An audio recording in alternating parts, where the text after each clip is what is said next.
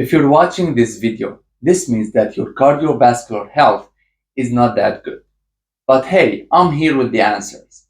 And I'm pretty sure this video is going to blow you up. Like literally. VO2 max, or the aerobic capacity, means maximal oxygen consumption during an intense exercise. VO2 max reflects an individual's general fitness status, and also it's a major thing in endurance sports.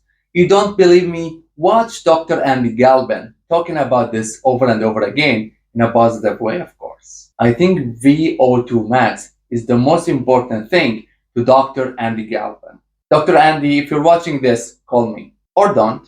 It's taken for granted that endurance training can improve VO2 max. But let's assume a person who did not exercise in his whole life and has zero endurance fitness. How fast can this person improve his VO2 max? Well, we have the answer with this great study. This beautiful study investigated the rate and size of an increment of endurance VO2 max training during 10 weeks of intense exercise training.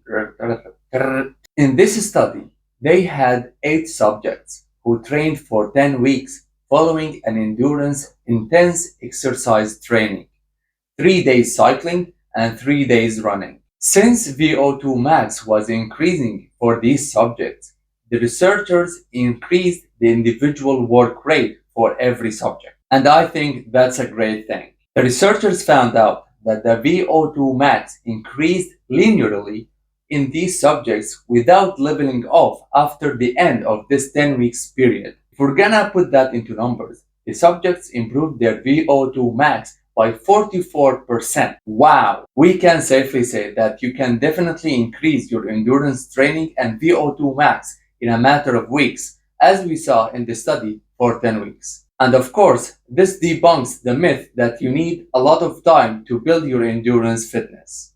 Well, that's not the case. Even though the study is kinda old, but it is still applicable to this time. If you don't believe me, try it yourself. Check out the other videos and stay safe.